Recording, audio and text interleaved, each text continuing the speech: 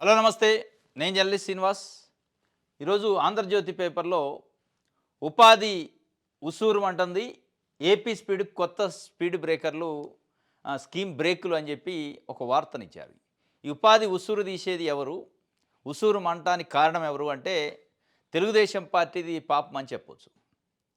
ఉపాధి హామీ పథకం Mahatma Gandhi NREGA national rural employment guarantee scheme కింద 2006లో యూపీఏ ప్రభుత్వం మన్మోహన్ సింగ్ గారు ప్రధానమంత్రిగా ఉన్నప్పుడు ఆంధ్రప్రదేశ్లోనే అనంతపురం జిల్లాలో దాని ప్రారంభోత్సవం జరిగింది. అంటే ఉపాధిని ఎవరైతే నిరుద్యోగులు ఉన్నారో ఉపాధి లేనోళ్ళ కోసం చట్టబద్ధత కల్పించారు.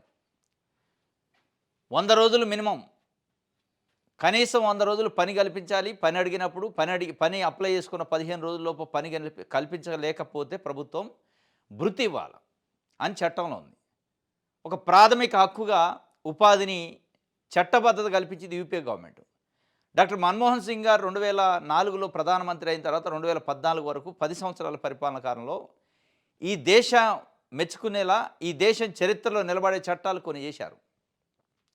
ఆహార భద్రతా చట్టం, రైట్ టు ఇన్ఫర్మేషన్ యాక్టు, సమాచార హక్కు అనేది పౌరుడికి హక్కు. అది అంటే ప్రభుత్వంలో జరుగుతున్న సమాచారాన్ని తీసుకునే హక్కు, తెలుసుకునే హక్కు ప్రజలకు ఉంటుంది అని చెప్పి ఆయన ఒక చట్టాన్ని చేశారు. దాంతోపాటు ఉపాధి హామీ చట్టం కూడా చేశారు. ఇట్లా కొన్ని చట్టాలు ఒక మైలురాయి, ఒక చరిత్ర. అంటే ఈ దేశ రూపురేఖల్ని, గతిని మార్చే చట్టాలు ఇవి. అట్లాంటి చట్టాన్ని నరేంద్ర మోడీ గారు మార్చారు, ఉసురు తీశారు.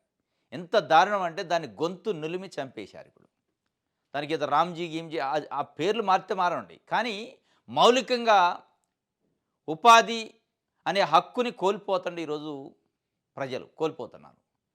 దాంట్లో ఎక్కడా కూడా కేంద్రం, రాష్ట్రం వాటాలు లేవు. గతంలో డైరెక్ట్గా కేంద్ర ప్రభుత్వమే లబ్ధిదారుడి అకౌంట్లో ఎవరైతే ఉపాధి చేస్తారో, పని చేసిన కూలీ అకౌంట్లో డబ్బులు వేసేది.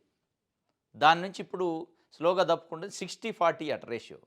60% కేంద్ర ప్రభుత్వం భరిస్తుంది వీళ్ళకి ఇచ్చే ఆ వేతనాలలో, ఇంకో 40% రాష్ట్ర ప్రభుత్వం భరించాలి. అయిపోయాక అక్కడనే సగం ఊపిరి తీసేసారు. దాన్ని ఊపిరి తీసి ఉసురు తీస్తుంటే, ఆ ఊపిరి తీసి ఉసురు తీస్తున్న ఉపాధి హామీ చట్టాన్ని 20 సంవత్సరాల నుంచి సక్సెస్ఫుల్గా అమలైన ఈ దేశ ఆర్థిక రూపురేఖలను మారుస్తున్న చట్టం, స్కీము, ఈ దేశంలో ఉన్న పేద ప్రజలకు బుక్కెడు అన్నం పెట్టే స్కీము, అది కోవిడ్ టైం కానీ, కరువు కానీ, కాటకం కానీ ఏదొచ్చినా ఆ ఉపాధి హామీ ఈరోజు అన్నం పెడుతుంది.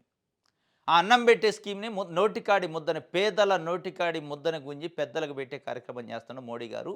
దానికి తెలుగుదేశం పార్టీ, చంద్రబాబు నాయుడు గారు మద్దతు ఇచ్చి పాపం చేస్తారు. ఆ పాపం మూట కట్టుకుంటారు మీరు, దట్ డౌటే లేదు. ఎందుకు అంటున్నా అంటే ఈరోజు తెలుగుదేశం పార్టీ ఎంపీల పైన ఆధారపడి ఎన్డీఏ గవర్నమెంట్ ఉంది. అక్కడ నరేంద్ర మోడీ గారు తెలుగుదేశం పార్టీ అనుమతి లేకుండా తెలుగుదేశం పార్టీ కన్నెర చేస్తే ఒకలా ముందుకు పోయే పరిస్థితి ఉండదు. నరేంద్ర మోడీ గారికి ఒక ఉత్తరం రాసి, లేదంటే ఒక కాల్ చేసి ఈ చట్టాన్ని మారిస్తే నేను మద్దతు ఉపసంహరించుకుంటా అని అంటే వెంటనే ఆగిపోద్ది. అంత బలం ఉంది ఈరోజు తెలుగుదేశం పార్టీకి. మీరు సన్నాయి నొక్కులు నొక్కుంటా ఉసురు, ఉపాధి ఉసూరు అంటాడు. ఉసూరు కావటానికి కారణం తెలుగుదేశం పార్టీ పాపం. ఇది చరిత్ర క్షమించదు. దీనిపైన పవన్ కళ్యాణ్ గారు మాట్లాడు, చంద్రబాబు నాయుడు గారు మాట్లాడు. పవన్ కళ్యాణ్ గారి కంటే 2-3 ఎంపీలే ఉన్నాయి, కానీ చంద్రబాబు నాయుడు గారికి 17 మంది ఎంపీలు ఉన్నారు. ఈరోజు 17 మంది ఎంపీలు ఆల్ ఆఫ్ సడన్ మేము మద్దతు ఉండదు మీరు ఈ చట్టాన్ని మారిస్తే అంటే ఆగిద్దా? చట్టం ముందుకు పోతే మారుస్తారా? మళ్ళీ దానికి ఇవాళ సన్నాయి నొక్కులు, ఏపీ స్పీడ్ కొత్త స్కీము బ్రేకులట. మరి బ్రేకులు వేస్తుంటే ఆ బ్రేకులకు మీరెందుకు అడ్డం తగలట్లే? 17 మంది ఎంపీలు ఉండి మొత్తం ఒక ఏపీకి కాదు, ఇది భారతదేశంలో 140 కోట్ల మంది ప్రజల్లో పేద ప్రజలు, ఉపాధి కూలీలకు సంబంధించి వాళ్ళ నోటికాడి ముద్దను గుంజుతుండు నరేంద్ర మోడీ. దానికి ఆ నోటికాడి ముద్దను గుంజే చేయికి ఒక ఊతం ఇచ్చిండు చంద్రబాబు నాయుడు. తెలుగుదేశం ఇచ్చి ఈరోజు ఈ సానుభూతి వార్తలు కాదు రాయాల్సింది. చంద్రబాబు నాయుడు గారిని ప్రశ్నించాలా ఆంధ్రజ్యోతి. మీరెందుకు ఉపాధి హామీ చట్టాన్ని మారుస్తుంటే పేద ప్రజలకి ప్రాథమిక హక్కుగా యూపీఏ గవర్నమెంట్ ఇచ్చిన చట్టాన్ని మారుస్తుంటే, దాన్ని తొంగలో దొక్కుతుంటే, దాని గొంతు నులుగుతుంటే, దాని ఆత్మని తొలగిస్తుంటే ఎందుకు మాట్లాడరు అని ప్రశ్నించండి. మీది నిజంగా పత్రిక అయితే, మీరు నిజంగా ప్రజల కోసం మాట్లాడితే, ఇది ఒక ఆంధ్రప్రదేశ్ ప్రజలు కాదు, తెలుగు రాష్ట్రాల ప్రజలు కాదు, కోట్ల మంది భారతదేశ ప్రజలకు సంబంధించి ఈ తెలుగు రాష్ట్రాలన్న అంతో ఇంతో కాస్త ఉపాధి దొరుకుతుంది, తెల్లంగా పుల్లంగా బతుకుతారు ప్రజలు. కానీ చాలా రాష్ట్రాల్లో తిండికి వెళ్ళని పరిస్థితి పాపం. వాళ్ళని ఆలోచించాల. తిండికి కూడా వెళ్ళని పరిస్థితి.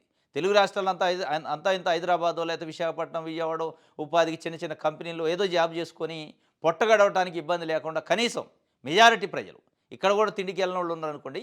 హ్మ్. వేరే రాష్ట్రాలతోని పోలిస్తే మన నయం. ఈశాన్య రాష్ట్రాలు కానీ, ఉత్తరాదిలో ఉన్న బీహార్ లాంటి, రాజస్థాన్ లాంటి, జార్ఖండ్ లాంటి, ఛత్తీస్‌గఢ్ లాంటి రాష్ట్రాల్లో ఉన్న గ్రామాల్లో ఉన్న కూలీలను పోల్చుకుంటే మనం చాలా బెటరు. అట్లాంటి రాష్ట్రాలకి, అట్లాంటి ప్రజలకి మీరు మేలు చేసినోళ్ళైతరు. మీరు ఆ వార్త రాస్తే. 100,00,00,000 మంది ప్రజల సాక్షిగా మీరు నిలబడాలి. వాళ్ళ వాళ్ళ పక్షాన మాట్లాడాలి. చంద్రబాబు నాయుడు గారిని కడిగి పారేయండి. అడగండి. ఈ పాపం ఎందుకు మూట కట్టుకున్నావు? ఈ పాపం ఎందుకు చేస్తున్నావు? ఈ ప్రభుత్వాలు ఉంటే పోతాయి సార్. అధికారం ఉంటది పోద్ది. అధికారం ఈ రోజు ఉండొచ్చు, పోవచ్చు. ఏమైతుందో ఒకవేళ చంద్రబాబు నాయుడు గారి మద్దతు ఉపసంహరించుకున్నాడు అనుకో, ఈయన గవర్నమెంట్‌కి వచ్చిన బాధ లేదు. ఇది స్టేబుల్‌గానే ఉంటది. అయితే గీతే కేంద్రంలో పడిపోతే కొత్తదొస్తదేమో. అయితే ఏమైద్ది? వాళ్ళు ఆడిదాకా కూడా పోరు అసలు. అక్కడ వరకు కూడా పోరు. ఉపాధి హామీ పథకం మార్చుడు ఆప్ చేస్తారు. సవరణ అనేది ఉండదప్పుడు. ఒక పుణ్యం కట్టుకోండి. ఎందుకు ఈ పాపం మూట కట్టుకున్నారు? మీ లోపాయకార ఒప్పందాల కోసం, మీ ఆస్తులు కాపాడుకోవడానికి కోసం, ఈ వంగి వంగి దండాలు, సాష్టాంగ నమస్కారాలు ఏంటి దీనికి? మీకు ఆంధ్రప్రదేశ్ ప్రజలు దీనికి కాదు మద్దతు ఇచ్చింది. 17 మంది ఎంపీలను మీకు మద్దతు ఇచ్చి మూట కట్టి పంపింది. ప్రజల పక్షాన్ని నిలబడతారని. ఈ సన్నాయి నొక్కుల కోసం కాదు. ఇది ఒక వార్త. పేరుతో పాటు ప్రయోజనాల్లో ఉన్న మార్పు ఉమ్మడి రాష్ట్రంలో కాదు, విభజన తర్వాత ఏపీకి ఊరటనిచ్చిన స్కీము. గ్రామాల అభివృద్ధి బాటలోకి సిమెంట్ రోడ్లు, డ్రైన్లు, అంగన్వాడీ భవనాలు, మినీ గోకులాల రూపంలో శాశ్వత ఆస్తులు. కరువు పనులు దొరకడంతో పలు వలసలు తగ్గుముఖం. 12 ఏళ్లలో 87,000 కోట్ల ప్రయోజనం. పైసా వాటా లేకుండా 52,000 కోట్ల వేతనాలు. ఇప్పుడు రాష్ట్రం వాటా 40% భరించాల్సిందే. అయిపోయాయిగా. రాష్ట్రం వాటా భరించాల్సిందే అంటే కొన్ని రాష్ట్రాలు భరిస్తే కొన్ని రాష్ట్రాలు భరించవు. దట్టు ఏపీ రాష్ట్రం ఇప్పుడు భరించే పరిస్థితుల్లో లేనే లేదు. ఇంకా దానికి ఇంకా ఆసరా కావాలా? ఈ స్కీమ్‌కి తగ్గట్టు ఇంకా ఇంకా బూస్ట్ ఇయ్యాల్సింది పోయి దీంట్లో ఇంకా మళ్ళీ మూలిగే నక్కపైన తాటికాయ ఏసినట్టు ఏస్తే ఏముంటది? ఇది మొత్తానికి ఈ ఉసురుకి ఉపాధి అనే ఉసురు తీయటానికి ఈ పాపం తెలుగుదేశం పార్టీదే అని చెప్పొచ్చు. ఇప్పటికైనా స్పందించి దాన్ని వెనక్కి తీసుకునే పని కానీ పాస్ అయిపోయింది. ఇది ఒక వార్త అయితే ఇక ఇక్కడ చూడండి. వంగి వంగి దండాలు పెడుతుండ్రు చంద్రబాబు నాయుడు గారు. ఆర్థిక ఒత్తిడిలో ఉన్నాం, ఆదుకోండి, భారీగా నిధులు ఇవ్వండి అని సీఎం చంద్రబాబు నాయుడు గారు చెప్తున్నారు.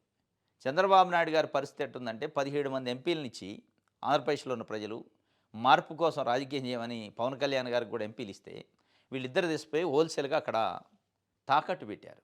తాకట్టు పెట్టి వంగి వంగి దండాలు పెడుతున్నారు. మీరు ఈరోజు చంద్రబాబు నాయుడు గారు తెలుగుదేశం పార్టీ వంగి దండాలు పెట్టే స్టేజ్లో లేదు. వంగి దండాలు పెట్టే స్టేజ్లో మిమ్మల్ని ఉంచలే ఆంధ్రప్రదేశ్ ప్రజలు. మిమ్మల్ని నిటారుగా తలెత్తుకొని ఉండేటట్టు ఉంచారు. ఆ ఫలితం మీకు ఇచ్చారు. వాళ్ళ ఆత్మగౌరవాన్ని తాకట్టు పెట్టబోకండి. ఆంధ్రప్రదేశ్లో ఉన్న ప్రజలు, ఓట్లేసిన ప్రజల ఆత్మగౌరవాన్ని తాకట్టు పెట్టి ఢిల్లీలో మోడీ గారికి, అమిత్ షాకి సాష్టాంగ నమస్కారం, వంగి దండాలు పెట్టి ప్లీజ్ మమ్మల్ని ఆదుకోండి, మేము ఆర్థిక ఒత్తిడిలో ఉన్నాం. ఇది ఎప్పటి నుంచి? 18 నెలల నుంచి ఏమొచ్చింది? అడగటం తప్ప అక్కడ నుంచి వచ్చిందేంటి? ఎప్పుడు అడుగుడేనా? ఇక ఎప్పుడు దేబిరిచుడేనా? ఈ ప్లీజింగ్లు ఏంటి? డిమాండ్ లేదా? మీరు ఈరోజు డిమాండ్ చేసే పరిస్థితుల్లో ఉన్నారు. డిమాండ్ చేసే స్ట్రెంత్ మీకు ఇచ్చారు. మా మీద దయ తలవండి అని ఆంధ్రప్రదేశ్ ప్రజల పక్షాన మీరు అడగటమైంది. ఆంధ్రప్రదేశ్ ప్రజలు మిమ్మల్ని దయదలిచే స్టేజ్లో ఉంచలేదు, డిమాండ్ చేసే స్టేజ్లో ఉంచారు. పోయి అడుగుతుండు, ప్లీజ్ మమ్మల్ని ఆదుకోండి, ఆర్థిక ఒత్తిడిలో ఉన్నాం, భారీగా నిధులు ఇవ్వండి సీఎం చంద్రబాబు.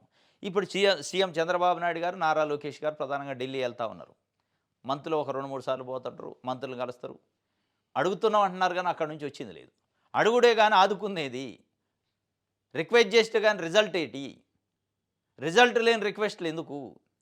ఇదేదో పేపర్లు, టీవీల కోసం చంద్రబాబు నాయుడు గారు పోయారు, అడిగారు. అడిగితే ఏమొస్తుంది? అడుగుతారు, అందరూ అడుగుతారు, నేను కూడా అడుగుతా. అడగటానికి ఏముంటుంది? అక్కడి నుంచి ఏమొచ్చిందనేది ఫలితం. ఫలితం శూన్యం. అడుగుడు తప్ప అక్కడి నుంచి ఏమి రావట్లే. కాబట్టి ఈ ప్లీజింగ్లు తప్పించి ఇప్పటికైనా డిమాండ్ చేసి అడిగే పరిస్థితిని తీసుకురండి.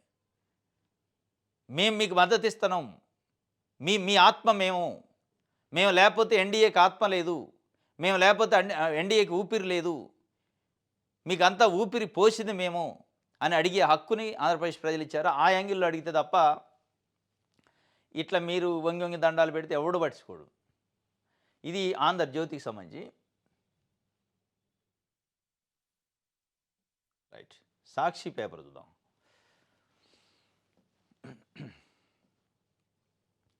భూములు ఇస్తాం, భవనాలు కట్టిస్తాం. సర్కారు భూములు సత్వాకు సొమ్ములు, ఐటీ ముసుగులో అప్పనంగా భూములు, ఆపై రియల్ ఎస్టేట్ వ్యాపారం. బాబు సర్కారు బరితెగింపు. విశాఖలో వేల కోట్ల విలువైన భూమి రియల్ కంపెనీలు కారుచౌకగా కేటాయింపు. సగం భూమిలో వాణిజ్య రెసిడెన్షియల్ భవనాలు కట్టి అద్దెలు వసూలు చేసుకునేందుకు పచ్చజెండా. ఇప్పుడు అసలు ప్రభుత్వాలు ఎంత దారుణంగా ఉన్నాయంటే,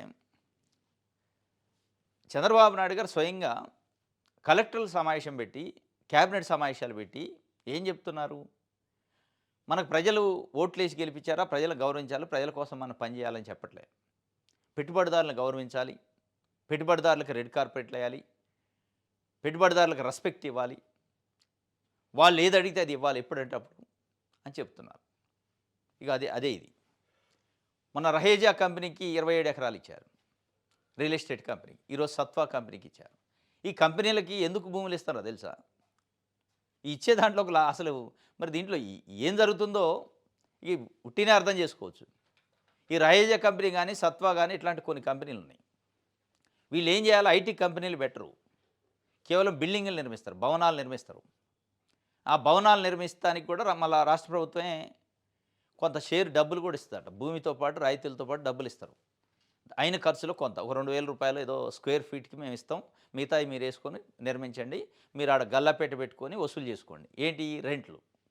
ఆ భవనాలు నిర్మించి వచ్చే ఐటీ కంపెనీలు ఎవరైనా వస్తే వాళ్ళకి రెంట్కి ఇస్తారట. ఐటీ కంపెనీ వాడు వస్తాడు, రెంట్ ఇస్తాడు, వ్యాపారం చేసుకుంటాడు. మనం ప్రజల డబ్బులు 2,000 రూపాయలు స్క్వేర్ ఫీట్ పెట్టి ప్రజల భూమిని వానికి ఇచ్చి మధ్యలో ఇంకోటికో రహేజాకో సత్వాకో ఇచ్చి బిల్డింగ్లు కట్టిస్తారు. ఈ ఈ రెంట్ వసూలు చేసుకునేది ఎవరు? ప్రభుత్వానికి సంబంధం ఉండదట. మళ్ళీ కేవలం రహేజా సంస్థలో లేకపోతే సత్వా కంపెనీ ఇంకా XYZ ఎవరైతే ఉంటారో వాళ్ళు వసూలు చేసుకుంటారు. మరి దాని వెనక ఎవరున్నారు ఇంకా అనేది ఒక ప్రశ్న. ఇప్పుడు ఈ వసూలు చేసుకోవడానికి ప్రైవేట్ కంపెనీలు గల్లాలు పెట్టి టోల్ గేట్లు పెట్టి వసూలు చేసుకోవడానికి మీరు ఎందుకు వాళ్ళకి భూములు ఇవ్వాలి? మనమే నిర్మించుకోవచ్చు కదా. ఎక్కడో ఉన్న సత్వా కంపెనీ నిర్మిస్తున్నప్పుడు మనం ఎందుకు నిర్మించలేము అంటే, లేదు మనం నిర్మించలేము, వాళ్ళకి ఇవ్వాల్సిందే. దాని వెనక మరి ఎవరున్నారో ఇక మనం అర్థం చేసుకోవాలి. ఇది నడుస్తుంది. ఇట్లా సత్వా కంపెనీకి మొత్తం భూములు ఇస్తాం, భవనాలు కట్టిస్తాం, వాడుకోండి, తినండి, సంపాదించుకోండి. మాకు పవర్ ఉన్నా లేకపోయినా మీరు 10 కాలాల పాటు ఉంటే మేము కూడా 10 కాలాల పాటు ఉంటాం. ఈ క్విడ్ ప్రోకోల్ అన్నట్టు. మీకింత మాకింత, ఈ పంపకాలే వారు. పప్పు బెల్లం లెక్క పంచేస్తున్నారు భూముల్ని. అత్త సొమ్ము అల్లుడు దానం చేసినట్టు ఉంది. ఇది ప్రజల సొమ్ము తీసిపోయి ప్రైవేట్ వాళ్ళకి దానం చేస్తాడు చంద్రబాబు నాయుడు గారు ప్రభుత్వం, కూటమి ప్రభుత్వం. దీనిపైన పవన్ కళ్యాణ్ గారు మాట్లాడ్డారు, గమ్మత్తు ఎందుకని. మరి ఆయన కళ్ళ నుండి కనపడతలేదా, చెవులు నుండి వినపట్టలేదా? ప్రజలకి చాలా కన్ఫ్యూజన్ ఉంది. ఏంటి అప్పుడప్పుడు ఎప్పుడో మాట్లాడతారు. మళ్ళీ అరే భలే మాట్లాడినా అనుకుంటాం మనం, కథ మళ్ళీ సైలెంట్ అయ్యారు. మరి ఆడ స్విచ్ ఆన్ చేసినప్పుడు ఆయన మాట్లాడతారా? తెలవని పరిస్థితి. ఎందుకంటే చాలా దురదృష్టకరం. కొన్ని వేల కోట్ల రూపాయలకు సంబంధించిన ప్రభుత్వ ఆస్తిని ఈరోజు ప్రైవేట్ కంపెనీల చేతులు వన్స్ పెట్టడం జరిగిందంటే ఇక అది రాదు. వాళ్ళు లీగల్గా ఫైట్ చేస్తారు, లీజ్ రాసిస్తున్నారు మీరు, మీ ప్రభుత్వాలు శాశ్వతం కాదు. ఈరోజు ఇది ఉంటుంది, రేపు ఇంకోటి ఉంటుంది. కానీ ప్రభుత్వ ఆస్తిని కాపాడాల్సిన కస్టోడియన్స్ ఆస్తుల్ని తెగనమ్మి లీజులకి ఇచ్చి ఇష్టం వచ్చినట్టు అడ్డగోలుగా బరి తెగించి చేస్తుంటే ప్రజలు ఏం చేయాలి? తిరగబడే రోజులు వస్తాయి. కాబట్టి ఇది ఇక అత్త సొమ్ము అల్లుడు దానం చేసినట్టు ఒక్కొక్కళ్ళకి ఇచ్చుకుంటా 2,000 రూపాయల చొప్పున ఎదురు చెల్లింపులాట చదరపడుకి కట్టడానికి, కట్టాక మళ్ళీ వసూలు చేసుకునేది వాళ్ళే. రైట్. ఇది సత్వ దానికి సంబంధించి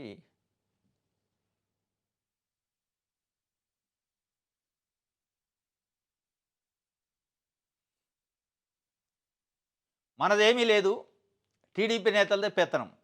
పన్నుల కోసం జనసేన అభిమానులు టీడీపీ నేతల చుట్టూ తిరుగుతున్నారు. నియోజకవర్గాల్లో జనసేనను బలోపేతం చేసే పరిస్థితి కనిపించడం లేదంటూ వాపోయిన ఎమ్మెల్యేలు.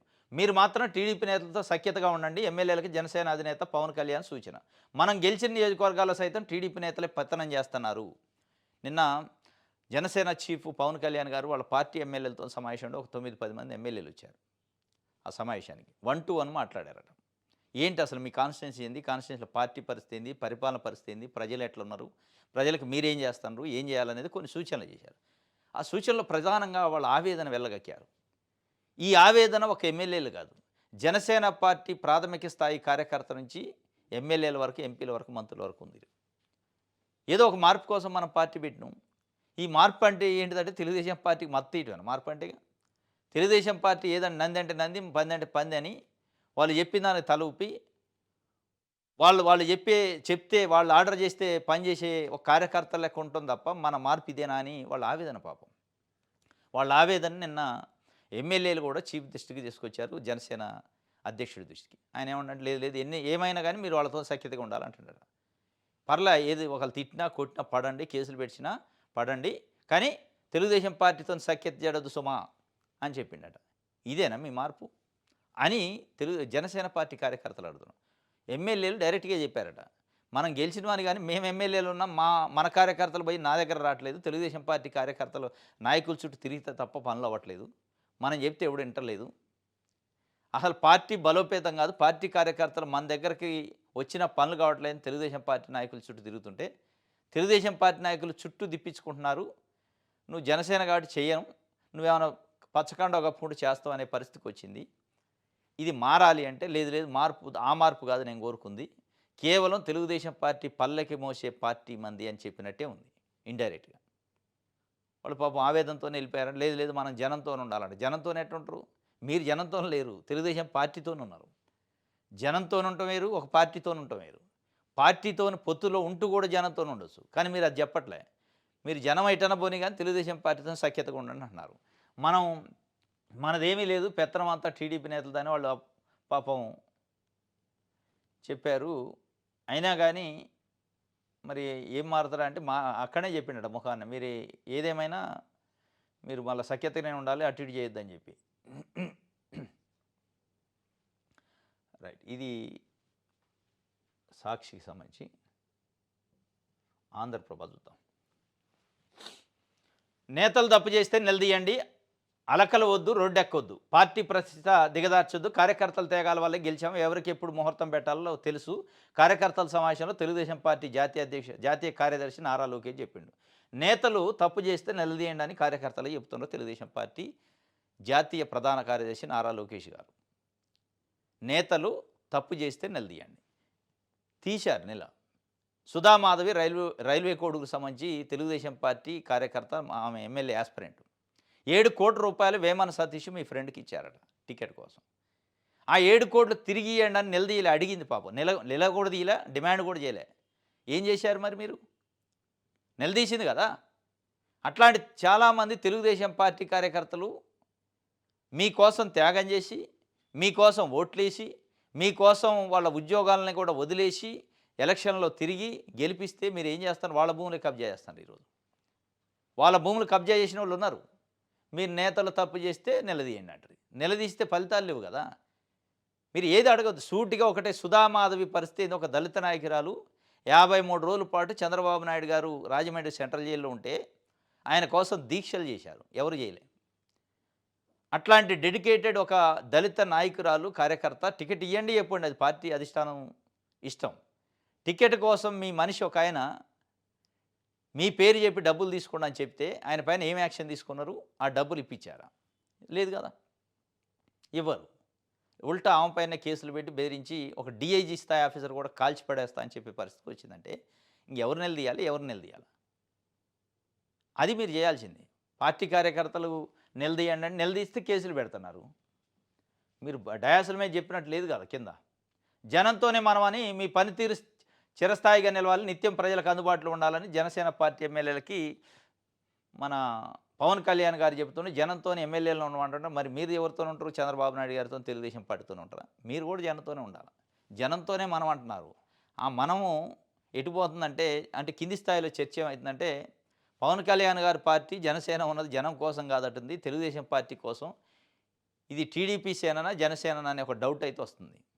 ఆ డౌట్ని, ఆ అనుమానాలు పోగొట్టాలంటే మీ యాటిట్యూడ్, మీ పనిలో మార్పు రావాలి. రైట్.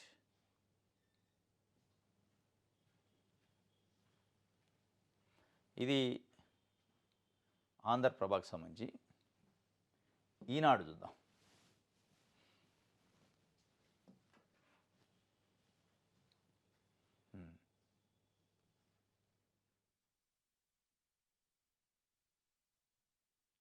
జనవరిలో జాబ్ క్యాలెండర్ వస్తుందట. ప్రతి విద్యార్థికి ఉచితంగా AI2లో అమ్మకి చెప్పలేని ఏ పని చేయొద్దు. రాజమహేంద్రవరం ఆర్ట్స్ కళాశాలలో విద్యార్థులతో మంత్రి లోకేష్ మాట మంతి జీవితంలో ప్రతి ఒక్కరూ ఏ నిర్ణయం తీసుకున్నా అది అమ్మకి చెప్పే విధంగా ఉండాలి. అమ్మకి చెప్పలేని ఏ పని చేయొద్దంటూ మంత్రి నారా లోకేష్ విద్యార్థులకి దిశానిర్దేశం చేశారు. సంతోషం. అది బాగానే ఉంది. కానీ ఈ జాబ్ క్యాలెండర్ ఏదంటున్నారు జనవరిలో వస్తదట. 2026 జనవరి అంటే నెక్స్ట్ మంత్‌లో. ఎన్ని పోస్టులతోనిస్తారు? ఈ క్యాలెండరు అమలయ్యే క్యాలెండర్ అయినా గోడకు పెట్టుకొని చూసుకోవడానికి పనికొస్తదా అనేది మనం భవిష్యత్తులో చూడాలి. ఎందుకంటే చంద్రబాబు నాయుడు గారు జూన్ 12, 2024 ప్రమాణ స్వీకారం చేసే రోజు తొలి సంతకం పెట్టారు డీఎస్సీ పైన. మెగా డీఎస్సీ అన్నారు. ఆ మెగా డీఎస్సీ అంటే ఒక 25,000, 30,000 పోస్టులు ఉంటాయి అనుకున్నారు. ఖాళీ కూడా ఉన్నాయి. దాన్ని 16,000 కుదించారు. అది అయ్యేటప్పటికి సంవత్సరం దాటిపోయింది మొదటి సంతకానికి. ఈ జాబ్ క్యాలెండరు 20 లక్షల ఉద్యోగాలు రకరకాలు చెప్పారు. ఆ 20 లక్షల ఉద్యోగాల కోసం ఇదిగో ఆ కంపెనీ వచ్చింది, ఈ కంపెనీ వచ్చింది, ఇగో ఇన్ని వేల కోట్లు వస్తాయి, అన్ని లక్షల కోట్లు వస్తాయి అని చెప్పి అవి వచ్చేదంతా కానీ ఈ పోతున్నాయి. ఇక్కడ నుంచి ప్రజల సొమ్ము వాళ్ళకి పోతుంది. ప్రజల ఆస్తి, ప్రజల భూమి, రాష్ట్ర ప్రభుత్వం భూమిని తీసిపోయి వాళ్ళకైతే అప్పచెబుతున్నారు. అది వచ్చేది ఎప్పుడు, మనం చూసేది ఎప్పుడు. ఎందుకంటే కాకినాడ సీజ్ లాంటివి చూసినాం. 20 సంవత్సరాల క్రితం ఎప్పుడో కేటాయిస్తే ఇంతవరకు ఆడ కంపెనీ లేదు, బీడు భూములు అయినాయి. ఈ మాటలు కోటలు దాటుతున్నాయి, చేతలు గడప దాటట్లే. ఇది కాకుండా ఈ జాబ్ క్యాలెండర్ అయినా అమలు చేయండి పాపం. నిరుద్యోగులు లక్షల మంది 1000 కాళ్ళతోనే ఎదురు చూస్తున్నారు. ఏదో మార్పు వస్తుంది, చంద్రబాబు నాయుడు గారు గెలిచిండు అని చెప్పి ఆ మార్పు ఏమీ లేదు.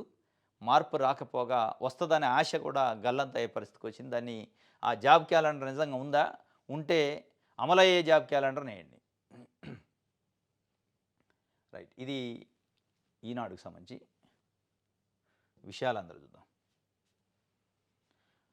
ఆల్మట్టి ఎత్తు పెంపు సరికాదు, కేంద్రం తక్షణం కర్ణాటకను నియంత్రించాలి. జలశక్తి మంత్రి సిఆర్ పాటిల్కి సీఎం చంద్రబాబు విజ్ఞప్తి.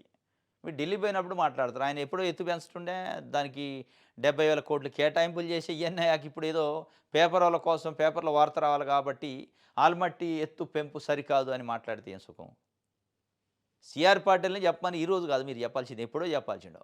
వాళ్ళు అక్కడ అసెంబ్లీలో పాస్ చేసుకొని క్యాబినెట్లో పెట్టుకొని 70,000 కోట్లు కేటాయిస్తుంటే కళ్ళు లేని కబోదులు లెక్క చూసి ఇవాళ ఎన్డీఏ గవర్నమెంట్ నిలబడదంటే మీరుంటే నిలబడది. మీరు కన్నెర చేస్తే ఆగిపోద్ది అది. ఎందుకు ఆగట్లేదంటే మీరు డెడికేషన్ లేదు. పేపర్ల కోసం, పత్రికల టీవీల కోసమే మాట్లాడుతున్నట్టుంది తప్ప నిజంగానే ఎత్తు పెంపు పైన అబ్జెక్షన్ ఉందా అంటే ఉన్నట్టు అనిపించలే.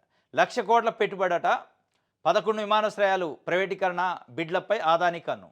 రానున్న 5 ఏళ్లలో విమానాశ్రయాల వ్యాపారంలో 1,00,000 కోట్ల పెట్టుబడి పెట్టాలని అదానీ సంస్థ ప్రణాళికలు సిద్ధం చేసుకుంటుంది.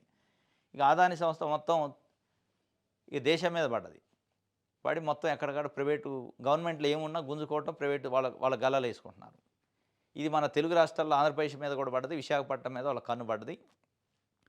గౌతమ్ అదానీ గారు, చంద్రబాబు నాయుడు గారు, నారా లోకేష్ గారు ఒక ఏకాంత మీటింగ్ పెట్టుకున్నారు. ఆ ఏకాంత మీటింగ్ తర్వాత సెకీ ఒప్పందం లైన్లోకి వచ్చింది. ఏ సెకీ ఒప్పందం అయితే లంచాలతో చేసుకున్న ఒప్పందం అది అవసరం లేదని చెప్పారు. ఆ సెకీ ఒప్పందం అద్భుతం అంటున్నారు ఇప్పుడు. ఇక దాని తర్వాత విమానాశ్రయాలు, పోర్టులు, హార్బర్లు అన్నీ ఒక్కొక్కటి పప్పు బెల్లం లెక్క అమ్మే కార్యక్రమం స్టార్ట్ అయింది ఆంధ్రప్రదేశ్లో. ఇది చరిత్ర క్షమించదు. ఇది దేశానికి, రాష్ట్రానికి చాలా నష్టం. ఈ దేశ రాష్ట్ర సంపదను తీసుకుపోయి ప్రైవేట్ కంపెనీల చేతిలో పెట్టి గుత్తాధిపత్యాన్ని తీసుకొస్తే మనం ఇండిగో విమానం పరిస్థితి చూసినాం. ఇండిగో ఫ్లైట్కి సంబంధించి ఇండిగో ఇష్యూ అయినప్పుడు వాళ్ళ చేతిలో గుత్తాధిపత్యం ఉంటే దేశం వణికిపోయింది. అటువంటి చేయదు. ఒక కాంపిటీషన్ ఉండేటట్టు చేయాలి కానీ ఏకఛత్రాధిపత్యం ఉండేటట్టు అదానీలు, అంబానీ చేతిలోనే మొత్తం సంపదన పెడితే వాళ్ళు వాళ్ళ దగ్గర రిమోట్ పెట్టుకొని ఆడిస్తారు ఈ దేశాన్ని, ప్రజల్ని. ఇది అత్యంత ప్రమాదకరం. అయినా కానీ అటు మోడీ కానీ, ఇటు చంద్రబాబు నాయుడు కానీ, మిగతా రాజకీయ పార్టీలు కానీ ఎక్కడా వెనకడుగు వేయకుండా వాళ్ళకి అడుగులకు మడుగులు ఒత్తడం, ఒత్తాసు పలకటం చేస్తాయి. దీనిపైన ప్రజలు తిరగబడాలి తప్ప పార్టీలు తిరగబడతాయి, పార్టీలు మాట్లాడతాయి అంటే ఇక నమ్మటానికి లేదు. మాట్లాడే పార్టీలు, అడిగే పార్టీలేమో ప్రజలు ఆదరించట్లేదు. కమ్యూనిస్ట్ పార్టీలు అంటే వాటిని నిటారుగా నిలబడి ప్రజల కోసమే అడిగి పెట్టుబడిదారులపైన వ్యతిరేకత ఉన్న వాళ్ళని ప్రజలు గెలిపించట్లే. పెట్టుబడిదారులకి అడుగులకు మడుగులు వచ్చే వాళ్ళని ప్రజలు గెలిపిస్తారు. దురదృష్టం ఇది. రైట్. ఇది విషయాలు ఆంధ్రకు సంబంధించి వార్త చూద్దాం. నల్లమల్ల సాగర్కు సహకరించండి, కరువు పీడిత ప్రాంతాలకు గోదావరి జిల్లాలు. కేంద్ర ఆర్థిక శాఖ మంత్రి నిర్మలా సీతారామన్కు సీఎం వినతి. పూర్వోదయతో గ్రోత్ ఇంజన్గా ఏపీ చేయుతనివ్వండి, రాయలసీమ హార్టికల్చర్ హబ్కు ప్రోత్సాహకాలు ఇవ్వండి. నల్లమల్ల సాగర్ అట మొన్నదాకా బనకచెర్ల అయింది, ఇక బనకచెర్ల పోయింది, పేరు మార్చి నల్లమల్ల సాగర్ అని పోతుంది. ఏది పోయినా చంద్రబాబు నాయుడు గారికి లాజిక్ అర్థం కావట్లేదు. వరద జలాలే కదా, ఉట్టికిపోయే జలాలే కదా, మిగులు జలాలు కదా వాడుకుంటూ తప్పింది. అది ఎవరు డిసైడ్ చేయాలి? ఏది వరద జలం, ఏది మిగులు జలం, ఎంతుంది వరద జలం, ఎంత మిగులు జలం? ఎవరు చెప్పాలది? మీకు మీరే వరద జలాలు అనుకుంటే కాదు కదా. చుట్టూ ఉన్న రాష్ట్రాలు సపోర్ట్ చేయాలి, కేంద్రం సపోర్ట్ చేయాలి, దానికి పాజిబిలిటీ, ఫీజిబిలిటీ ఉండాలి. ఏం మీ సొంత ఇంట్లో డబ్బులు పెట్టట్లే.